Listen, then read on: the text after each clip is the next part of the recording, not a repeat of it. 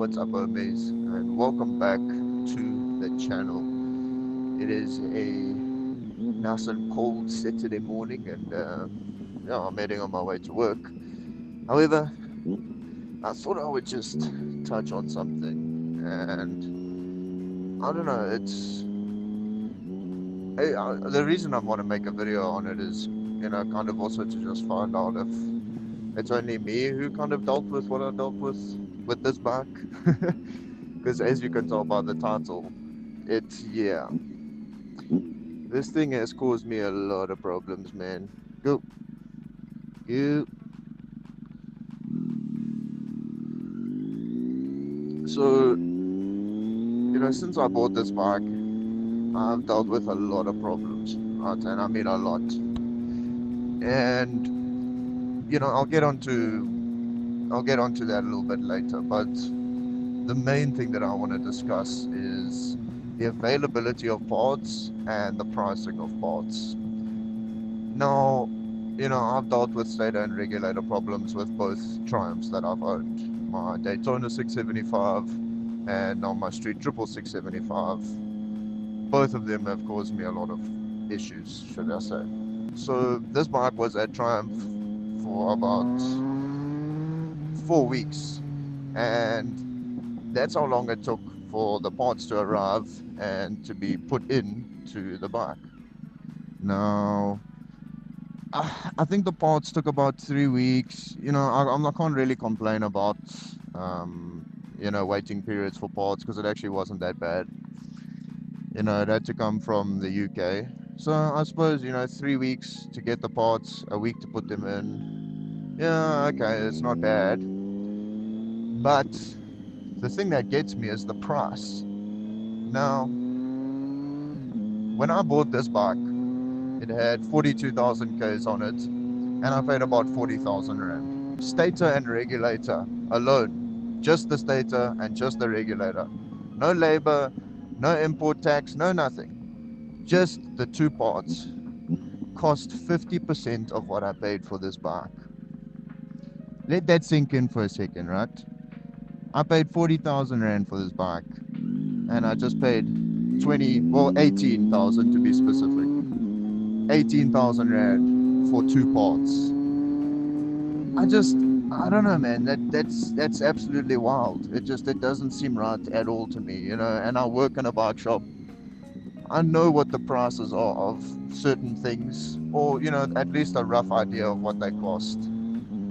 And I know for a fact that parts for your Suzuki's, your Hondas, your Yamahas are not going to cost that much. So yeah, it's mainly a cost of parts and an availability thing, because if the parts were available in South Africa, then I wouldn't have had to have waited 3 weeks. And I probably wouldn't have paid as much as well. Well, I suppose, that's not even including the import tax. But anyways. So then, most people will actually say to me, well, why don't you just go and put aftermarket parts on your bike? Get a aftermarket stator. That's what I did. And okay, I've done 2 stator recoils or rewinds, whatever you want to call it. In fact, I've done 3 stator rewinds, and I've bought 1 aftermarket stator and 1 aftermarket regulator. Every single rewind that I did on my stators didn't work. When I bought an aftermarket stator, it destroyed my Triumph regulator. So then when I bought another stator, well, actually what I did was I repaired the Triumph stator so that it can be working with the Triumph regulator. And then it actually still fucked up. Like, something went wrong. It's also something that I'm kind of a little bit upset about. The bike went off to wicked rides, and I'm not gonna like name and shame, but they fucked up and they didn't take accountability for it. But anyways, that's not what I want to talk about today. What I'm trying to say basically is that repairing Triumph parts, it doesn't work. It doesn't work. They're gonna tell you, yeah, you can rewind your stator. No. It's not gonna work. Trust me. Like I am the purest example of trying to repair Triumph parts and it not working. And to take it a step further, I went and got an aftermarket stator and an aftermarket regulator because, my thought process is, well, the Triumph regulator is not going to communicate nicely with the aftermarket stator. Gosh, I'm Polish.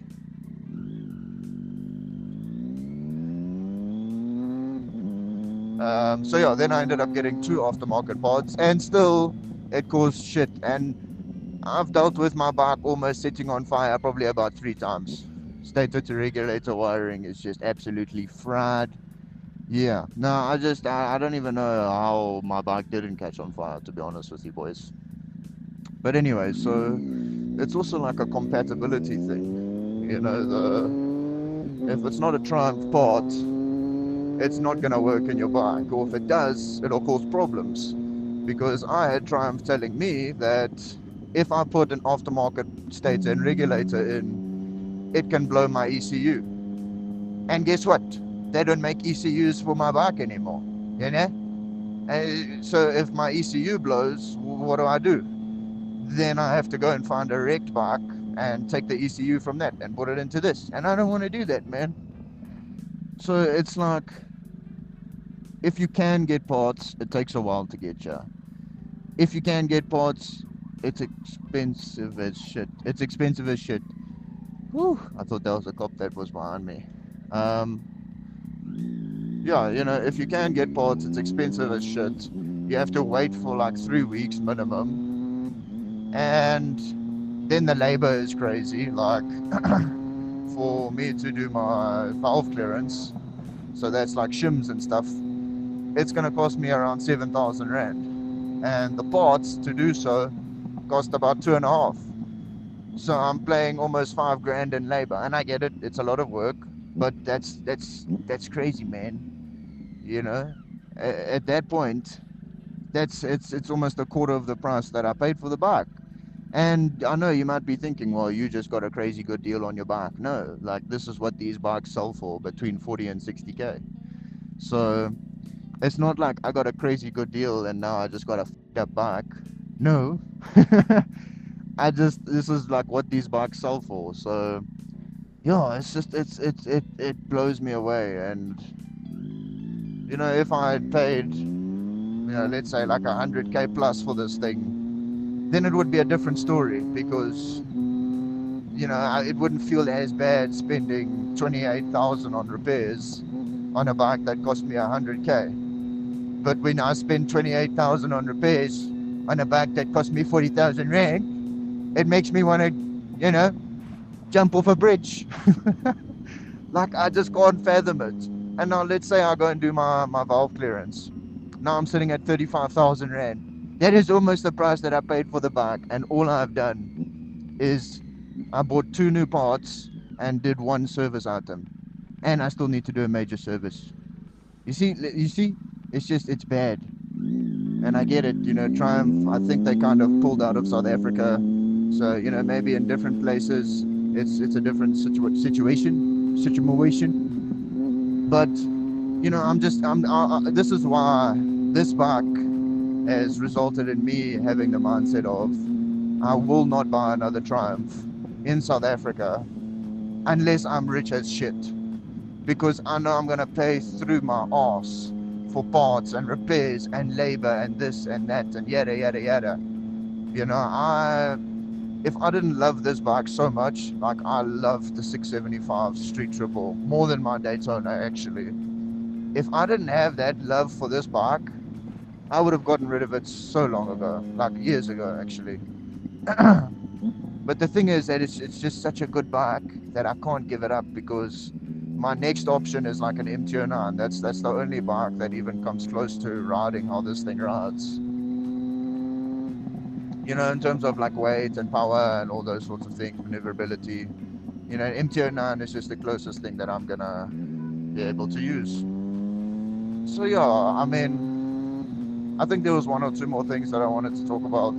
If I did, I'll pop them up on the screen. But yeah, it's crazy, guys. And for someone like me, I'm a 21-year-old dude working a full-time job, trying to make this social media thing work. Man, I can't afford that shit. I'm just gonna be honest with you guys, you know, like it's crazy, man. It's crazy. So, I mean, I'm just gonna keep using this thing and I'm gonna get the major service items done like in the next 3 months. And hopefully that's gonna be the end of the shit that I deal with. But one of the lessons that I've learned is with Triumph, you cannot use aftermarket parts. Well, you can in some cases, like I got an aftermarket rear light and, you know, I got some nice engine casings over there. So you can in some aspects, but in others, completely stay away from it. See if I can get a little wheelie for you boys.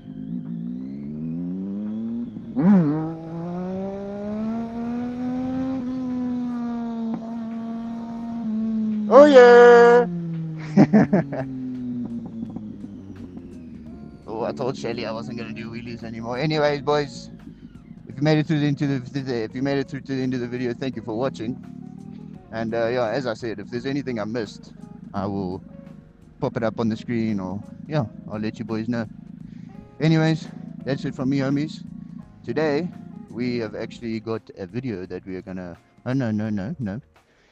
Today we are taking a bike home that we are gonna be reviewing tomorrow. So yeah, it's gonna be very nice, man. Gonna help one of the homies with the service today, and yeah. But anyways, here's the new rear light. It's got the indicators. The seat's coming off. That's fine. And then yeah, we've got some nice engine covers, kind of just to cover up all the fucked up parts on my engine casings. But yeah, that's about it. So yeah, homies, I'll catch you guys in the next video, which is going to be a review. And yeah, thank you for watching the video, homies. Peace. Oh, David. Yeah. What'd you say, boss? Yeah.